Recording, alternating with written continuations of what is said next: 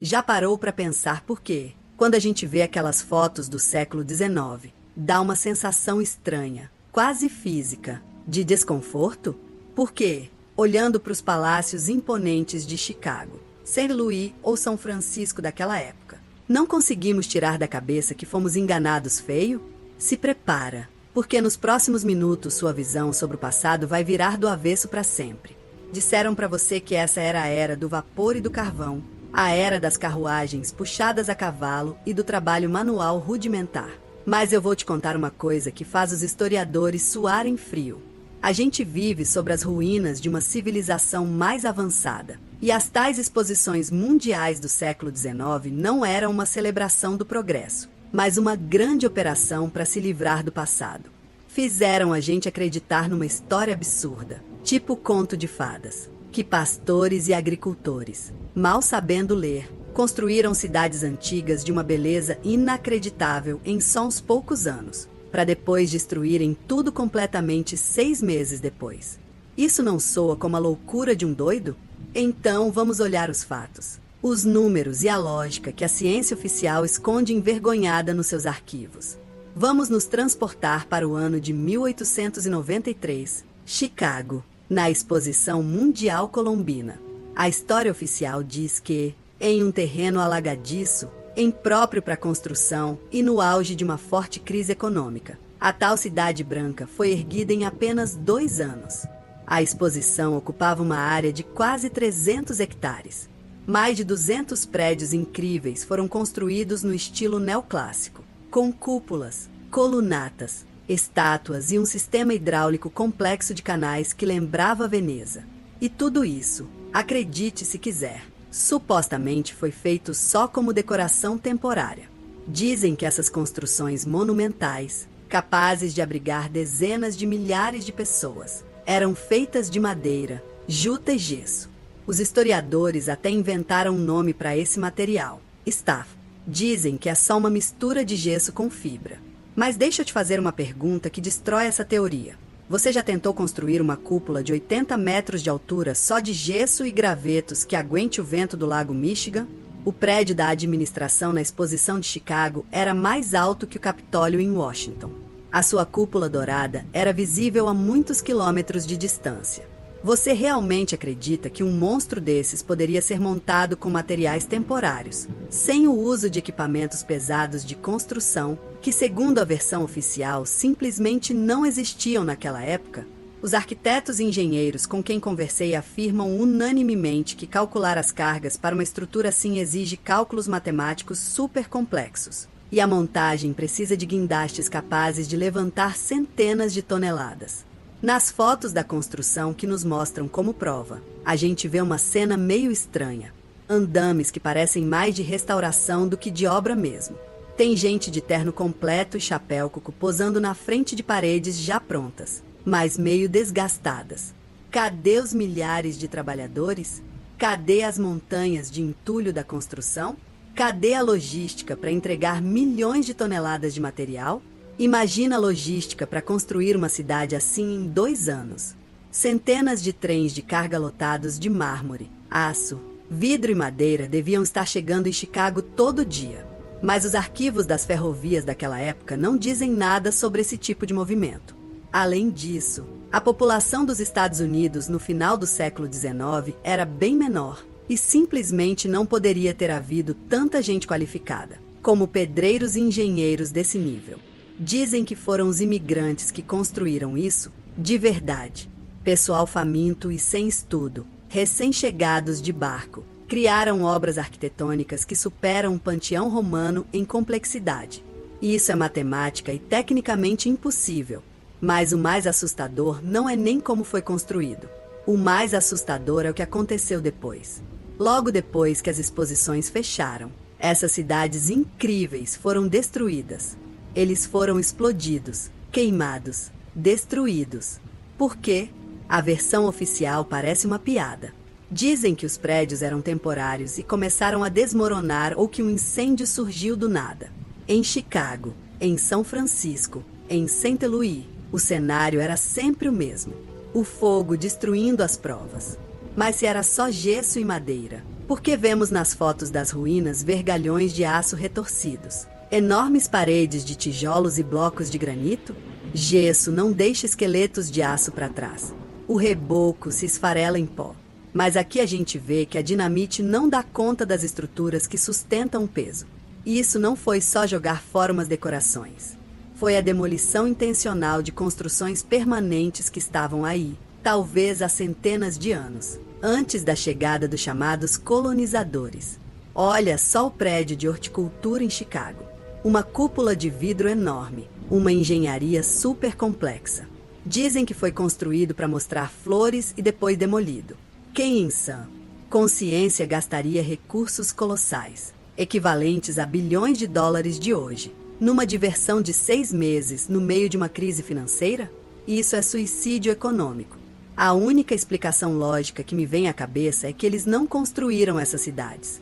Eles as desenterraram, restauraram elas, fizeram um inventário do que herdaram de uma civilização anterior. E aí, escolhendo o que poderia ser usado, tipo museus ou capitais, destruíram todo o resto para apagar a memória de quem viveu aqui antes da gente. Olha só os detalhes. Estátuas, fontes, baixos relevos. A qualidade do trabalho é tanta que até as máquinas CNC modernas mal conseguem copiar. E querem que a gente acredite que artesãos anônimos esculpiram tudo isso à mão, em gesso, e ainda fizeram isso na velocidade de uma impressora 3D. Não, isso é mentira. Isto é uma mentira cínica escancarada, feita para esconder o fato de uma catástrofe global e a nova divisão do mundo. As exposições mundiais não eram uma amostra das conquistas do capitalismo. Eram exibições de troféus. Era uma parada de vencedores em cima dos ossos de uma civilização derrotada, cujo nome foi apagado dos livros de história. E isso é só a ponta do iceberg. Se você acha que a arquitetura é a única diferença, espera até a gente começar a falar sobre eletricidade e de onde vinha a luz nessas exposições, enquanto o resto do mundo usava lamparinas de óleo. Vamos falar sobre luz. Sobre aquela luz elétrica incrível e deslumbrante que iluminava as exposições mundo afora, transformando a noite em dia. A história oficial conta uma história bonitinha sobre a rivalidade entre Thomas Edison e Nikola Tesla, sobre a Guerra das Correntes e o triunfo da corrente alternada. Dizem que a exposição de Chicago de 1893 marcou a estreia da iluminação elétrica em grande escala. Mas olha as fotos de Chicago ou Paris à noite naquela época. Isso não é a luz fraca e trêmula das primeiras lâmpadas incandescentes, que ainda eram meio capengas. Aqui é uma iluminação potente, que até enche o espaço, parecida com aqueles shows de laser modernos ou as luzes de neon das grandes cidades. Estamos falando de centenas de milhares de lâmpadas funcionando juntas, em sincronia. E é aí que a matemática mais uma vez joga a versão oficial num beco sem saída. Para abastecer um monstro como a Cidade Branca, era preciso uma capacidade de consumo equivalente à de toda uma região industrial daquela época. Onde ficavam as usinas de energia? Mostram para a gente o pavilhão da eletricidade e as gigantes máquinas dínamo lá dentro. Mas os engenheiros eletricistas que olham essas fotos antigas percebem umas coisas estranhas. Essas máquinas não estão ligadas a fornos de carvão ou caldeiras a vapor na escala necessária para gerar megawatts de energia.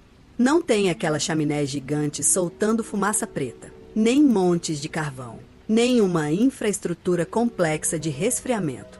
Essas unidades parecem mais receptores ou transformadores de energia que veio de algum outro lugar, do que geradores. De onde? Repara nas torres, cúpulas e obeliscos que estão por toda parte nos pavilhões da exposição. E isso não é só decoração. São dispositivos técnicos. Tem uma teoria, que os acadêmicos negam com força, de que essas cidades foram construídas para aproveitar a eletricidade do ar. Uma tecnologia que existia numa civilização antiga e que hoje a gente chama, meio de cara feia, de pseudociência. Olha só o design da tal Torre Eiffel, que foi o ponto alto da exposição de Paris em 1889. É tipo uma antena gigante, uma estrutura de metal, supercondutora, que chega lá no céu. Agora imagina que todos esses palácios temporários de gesso e madeira eram, na real, parte de uma única rede de energia. Um sistema de transmissão de energia sem fio que o Tesla depois tentou só recriar. Mas como a gente sabe, o financiamento dele foi cortado rapidinho. Nessas exposições não inventaram a eletricidade. Eles só mostravam os restos de tecnologias antigas que ainda funcionavam, antes de desmontar tudo e fazer o mundo depender de energia paga e controlada, tipo petróleo e carvão. Vamos em frente. As falhas tecnológicas ficam bem claras se você prestar atenção nos detalhes. A Exposição Mundial em Paris, 1.900 visitantes de cartola e vestidos longos, que chegaram em carruagens puxadas por cavalos, pisam numa esteira rolante, um caminho elétrico de vários quilômetros que os leva pela exposição. Basicamente, é uma escada rolante horizontal, um sistema mecânico e elétrico bem complexo. Você quer dizer que uma civilização que usava principalmente cavalo como meio de transporte de repente constrói uma esteira futurista só para diversão e depois desmonta tudo para vender como sucata? Isso não faz sentido. Não é nada econômico. Se você tem tecnologia de esteira rolante, você usa isso nas cidades. Você muda a logística. Mas isso não rolou. A tecnologia deixou selvagens de queixo caído e depois foi escondida. Agora, vamos lembrar do Palácio de Cristal em Londres, construído para exposição, de 1851. Um prédio de vidro e ferro fundido, erguido, segundo dizem, em apenas 9 meses. A área de vidro tinha mais de 80 mil metros quadrados. No meio do século IX, produzir vidro em chapa desse tamanho e qualidade era um processo super caro e trabalhoso. As chapas eram sopradas à mão. Mas aqui a gente vê painéis enormes, perfeitamente lisos. A logística de entregar esse vidro em carroças puxadas a cavalo, sem quebrar ou perder nada, aí já é outra história incrível. Mas o mais interessante mesmo é o que aconteceu com o palácio. Depois da exposição, ele foi desmontado e levado para outro lugar. Aí, em 1936, ele pegou fogo, virou cinzas.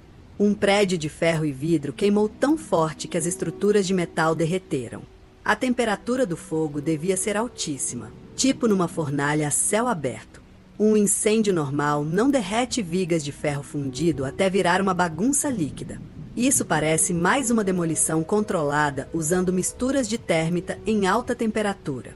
Dá a sensação de que os organizadores dessas exposições estavam jogando algum tipo de jogo estranho. Eles abriram cidades fantasma preservadas, trouxeram multidões para legitimar a existência desses lugares na real, inventaram uma lenda sobre construção nova e depois destruíram tudo que não dava para explicar com o nível primitivo de tecnologia do século atual. Fizeram um inventário. Tudo que era complexo demais para demolição. Tudo que podia ser adaptado para ficar. E aí chegamos na pergunta mais sinistra. Para quem foram construídas originalmente essas portas gigantes de 5 a 6 metros de altura? Dá uma olhada nas fotos das pessoas.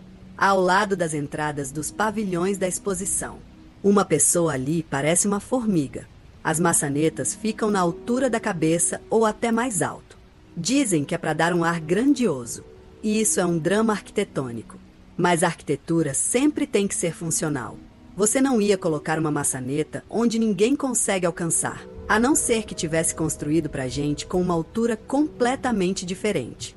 As proporções desses prédios, a altura do teto, o tamanho dos degraus. Tudo isso grita que não foram feitos para uma pessoa de 7 metros de altura. A ciência oficial tenta nos convencer que isso é só um estilo de gigantomania. Mas por que então esse estilo sumiu tão de repente quanto apareceu? Por quê? Depois da demolição das cidades de exposição, voltamos a construir caixas apertadas e baixas de tijolo? A resposta é simples e assustadora. Os novos donos do mundo não conseguiam manter e operar a infraestrutura dos gigantes. Precisavam reduzir o mundo ao tamanho deles. Precisavam reescrever as regras. Mas, para conseguir fazer isso, só derrubar prédios não basta. É preciso controlar quem viu tudo.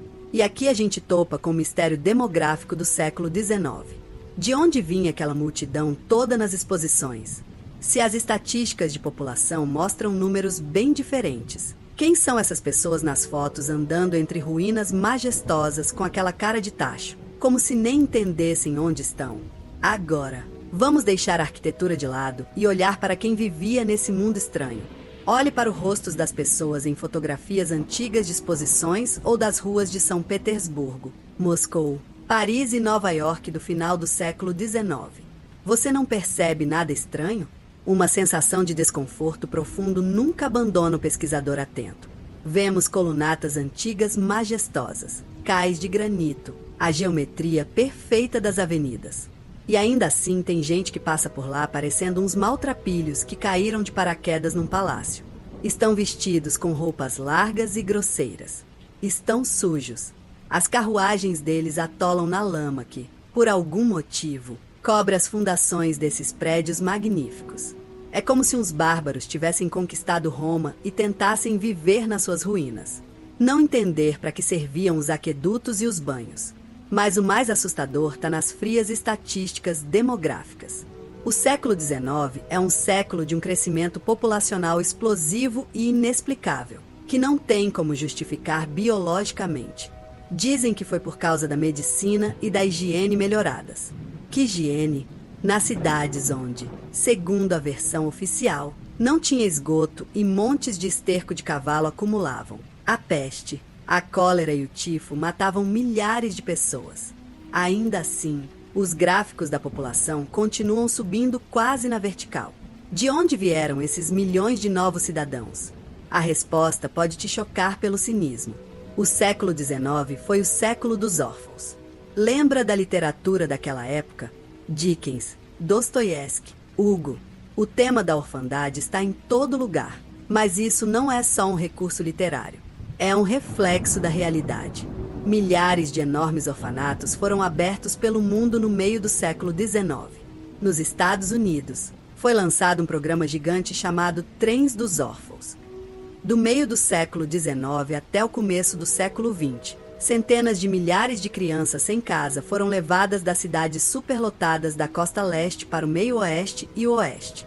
Dizem que essa foi uma missão humanitária. Mas pensa bem, de onde surgiram centenas de milhares de crianças sem pais? Tudo de uma vez? Cadê os pais e as mães delas?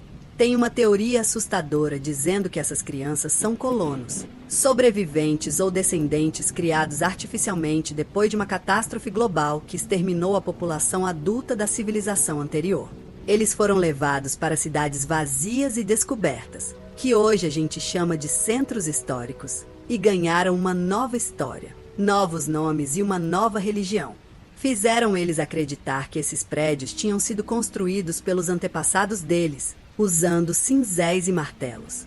Mas as crianças não sabiam como construir. Eles só sabiam explorar o que tinha sobrado. E aqui a gente volta para o assunto das exposições mundiais. Você sabia que uma das atrações mais populares nessas exposições, junto com as máquinas a vapor e os povos indígenas, eram as incubadoras de bebês? E isso não é piada nem teoria da conspiração. É um fato histórico. Nas exposições de Chicago, Paris e na exposição pan-americana, tinha pavilhões mostrando bebês prematuros. Os espectadores pagavam para olhar caixas de vidro onde bebês vivos ficavam deitados. Oficialmente, isso era apresentado como uma demonstração das tecnologias médicas avançadas do Dr. Martin Count. Mas tem um detalhe. A comunidade médica da época rejeitava esses métodos, e os hospitais não usavam incubadoras. Mesmo assim, nas feiras isso era comum, porque mostrar crianças como atrações, junto com touros premiados e novas máquinas de ceifar, não seria porque, para os novos donos do mundo, a população era só mais um recurso. Igual gado, tem uma teoria que essas incubadoras faziam parte de um programa para restaurar a população depois de um abate. A gente não viu a salvação dos prematuros, mas a produção em série de novos cidadãos. Por isso tem tão poucos idosos nas fotos daquela época. A gente vê multidões de crianças, adolescentes, homens e mulheres jovens, mas quase não restam pessoas muito idosas que pudessem contar a verdade sobre o que aconteceu há 50 anos. A memória foi apagada fisicamente junto com quem a carregava. Repare naquela moda estranha da época de desfiles ginásticos em massa e unificação.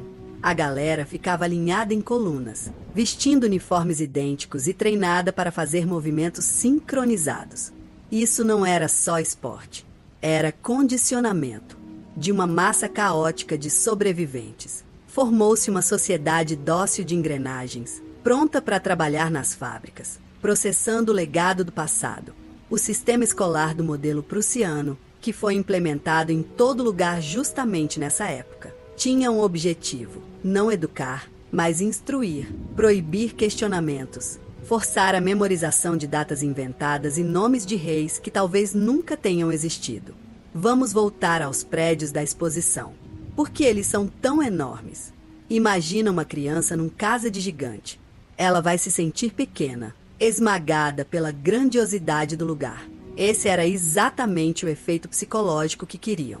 A ideia era que o povo novo ficasse impressionado diante do Estado e do progresso, mesmo que o Estado tivesse só pegado e emprestado os palácios de outros.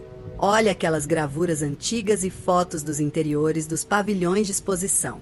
Espaços enormes e vazios, onde tem os estandes solitários com tecidos de sabão ou máquinas bem simples. O tamanho do prédio não combina com o que tem dentro. É como mostrar uma coleção de caixinhas de fósforo dentro de uma catedral gótica.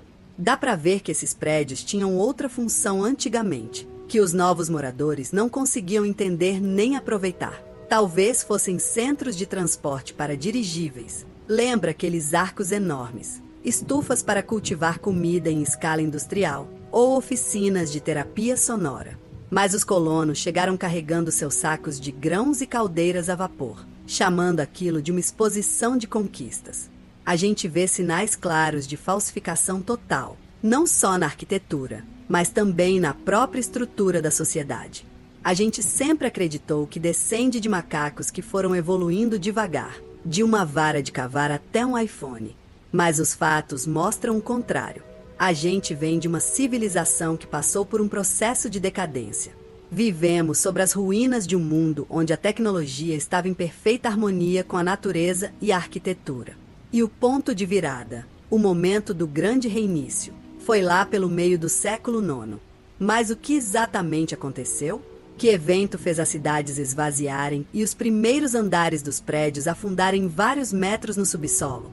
Porque encontramos casas com janelas enterradas espalhadas pelo mundo, que os historiadores chamam de camadas culturais. De um jeito meio absurdo, chegamos à principal prova, que está bem debaixo dos seus pés.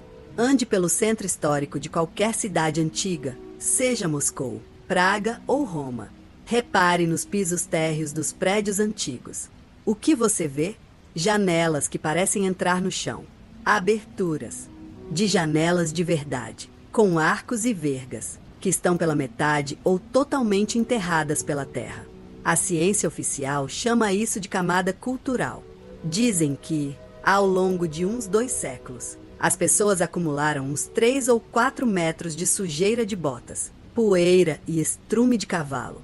Consegue imaginar os moradores das mansões e palácios mais ricos aguentando montes de sujeira, bloqueando a luz do sol e não limpando, só mudando as portas para onde antes era o segundo andar? Isso é um absurdo. Vai contra o senso comum. A sujeira não aparece igual por todo mundo, cobrindo os primeiros andares dos prédios em todos os continentes ao mesmo tempo.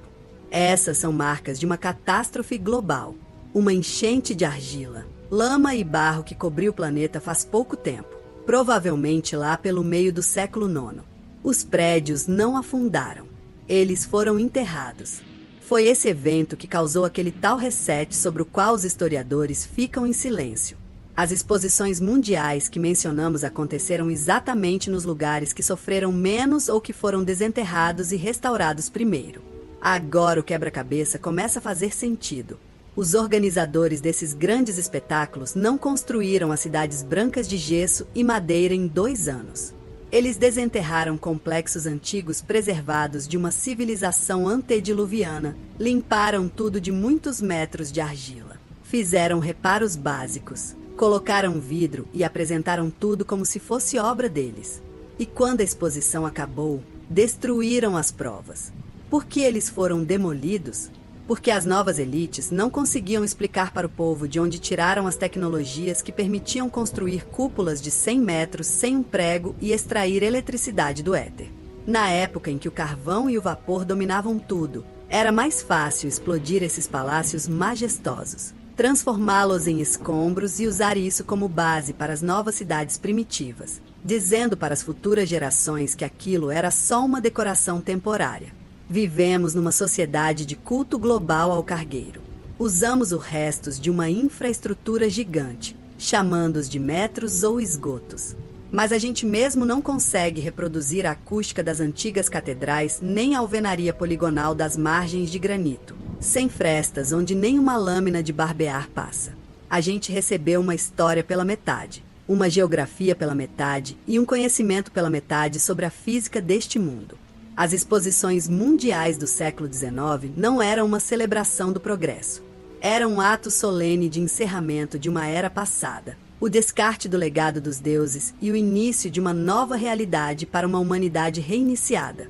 Olha ao redor. Esses prédios ainda estão de pé hoje, testemunhas silenciosas de uma grande enganação, reaproveitados como museus ou prédios administrativos. Desce para o que chamam de porão das casas antigas no centro da tua cidade e vais ver que aquilo era, na verdade, o andar térreo mesmo, com tectos altos, janelas e entradas que agora dão numa parede cega de terra. Faz perguntas. Não acredites nos livros escolares escritos pelos vencedores que dominaram este mundo depois da catástrofe. A história não é o que aconteceu, mas o que deixaram a gente lembrar. Mas a verdade sempre dá um jeito de aparecer. O grande reset já rolou, mas nosso despertar está começando agora. Tá preparado para descobrir o que realmente está escondido por trás das paredes da sua casa? Essa investigação tá só começando. Compare os fatos e não se deixe enganar.